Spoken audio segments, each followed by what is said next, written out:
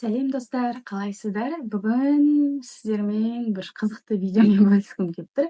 Яғни осы жапонға тән ерекше тіске бастарларымен сіздерді таныстырғым келіп тұр. Ал ендеше бастайық, кеттік. Яғни біріншісі ол әлемге танымал натто. Бұл натто ол сой бұршақтарынан жасалған ерекше асқазанға, ЖКТ-ға, ішек жолдарына ерекше пайдалы өнім. Жапондықтар көбінесе таңғы асқа осы наттоны көп қолданады. Яғни шикі түрінде, мысалы, наттоны жұмыртқаға араластырады, сосын кішкене күрішті қосып жейді деген сияқты әртүрлі жапондықтардың өздерінің миксі бар да. Бірақ енді мен үйтіп жей алмаймын, тек қана наттоның өзін ғана жеймін. Оның өзін мен үйренгенім 24-тің жыл басы болатын. Яғни менің кішкене ішек жолдарында проблема болатын. Бұрыннан бері бір 10 шақты жыл болды ғой деймін. Дәрінің көмегімен ғана мен мысалы ішек жолдарын тазалап жүрген болатынмын.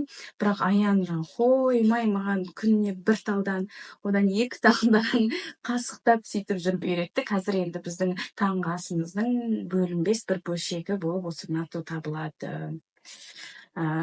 Кейбір деректерге сүйенсек, осы натто ол жапондықтардың жаңағыдай сұлулығының, жапондықтарының жаңағыдай әсемдігі, дене бет әлпетінің әсемдігінің кілті деп осы наттоны кейбір деректер сөйтіп айтады екен. Және мен оған қосылам деп айта аламын.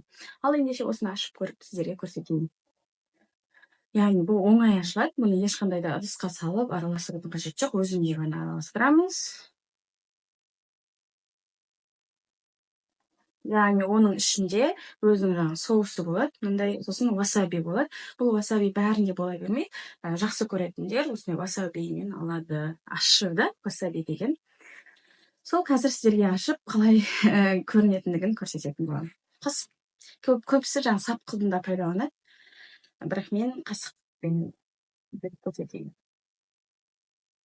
Осылай жаңағыдай текстурасы осындай ұзын, сондай бір көргенде бір жағымсыз болуы мүмкін, бірақ дәмі ерекше жақсы.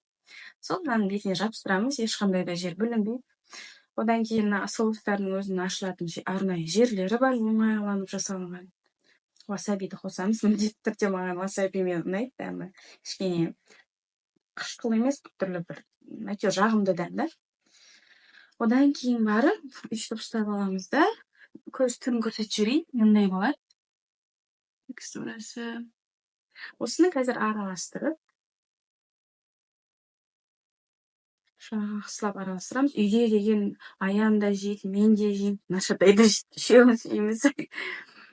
Енді бірінші Аян мен Нашатай жақсы көріп жейді.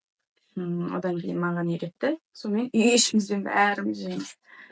Міне араластырғанда мындай болады текстурасы. Қалыпсызсың ба?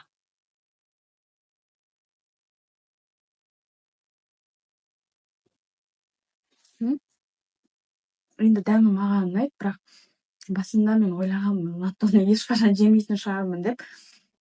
Бірақ бір үйренгеннен кейін енді әртүрлі ютубта, инстаграмда, тиктокта әртүрлі видеолар бар осы наттоға қатысты. Адам ешқашан жеп үйрене алмайды деген сияқты. Бірақ жоқ, үйренуге болады.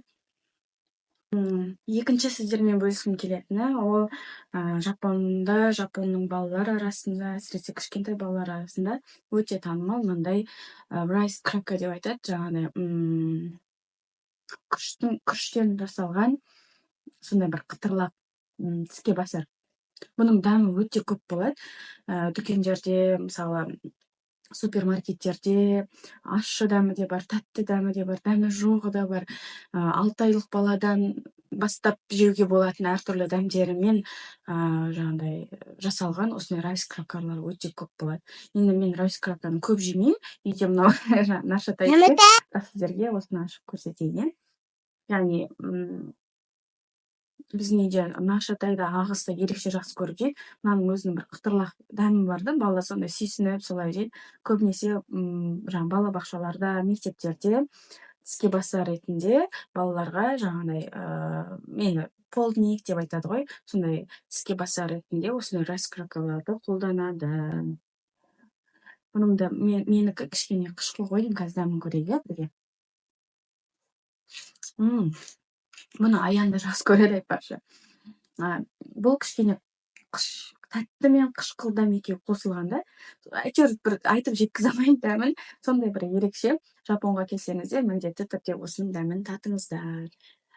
Келесі бір көрсеткім келгені, яғни ол мынандай ішерген мочи, сырты, іші балмұздақ.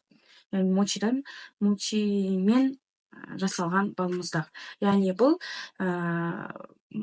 Жапонда ерекше танымал. Мен жаңа Инстаграмда қателеспесем былтырлар ғой дейін бір видео шығарған болатынмын. Мочиді қалай жасайтындығын. Шынымды айтсам, сол кезде өмірімде бірінші рет көрдім қалай жасағандығын. Енді кішкене таңғалғаным да бар. Бірақ жапондықтарда ол ерекше бір жаңағындай мәдениетке айналып кеткен. Сондай бір күннің суығында мочиді жаңағы немен ағаш балтамен ұрып жаңағындай жасағандығы. Күрішті кішкене шала пісіріп алады да, оны жаңағыдай суға кішкене малып, осындай ағаш балтамен ұрып тұрған видеосын мен осылай Инстаграмға салған болатынмын. Соны көріп өтсеңіздер болады. Бұл мочидің ішіне тек қана балмұздақ қана емес, әртүрлі жаңағыдай қызыл бұршақ, әртүрлі жаңағыдай дәмдеуіштерді, матчамен, әртүрлі жемістің дәмдерімен солай жасайды. Бірақ енді мен сіздерге ерекше осындай жаңағыдай ішінде балмұздағы бәрін көрсеткім келіп тұр. Енді балмұздақтардың ішінде шынымды айтсам ұнайтыны маған осы. Себебі біртүрлі бір ерекше дәмді, әдеттегі балмұздақ сияқты емес. Әдетте балмұздақ шоколадпен, болмаса әртүрлі жаңағы көкөністермен дәмі бар балмұздақ қой, бірақ мынау ерекше да. Іші ванильді. Яғни ішінде мочидің мынандай екеуі бар, біреуін ғана ашып көрсетейін. Балмұздақтың ішінде мынандай міне өзінің арнайы қасығы сияқты бар. Жапондықтарда осындай жаңа адамға қалай айтсам болады, ыңғайлылықтың бәрі жасалған ғой. Мысалы, мынандай райс кукерлардың ішінде де осылай бөлек-бөлек қағазға оралып жасалғанда, мысалы, әр бала бүйтіп алатын болса, ешкімге бактериясын, вирусын жұқтырмайды деген сияқты тазалықтың бір белгісі. Сол сияқты мен мынандай қасығы да балмұздаққа салынған.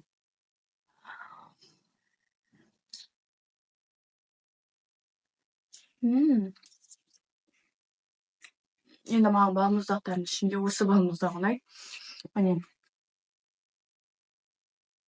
Ал достар, негізі Жапонда осындай тіске басарлардың түрі өте көп.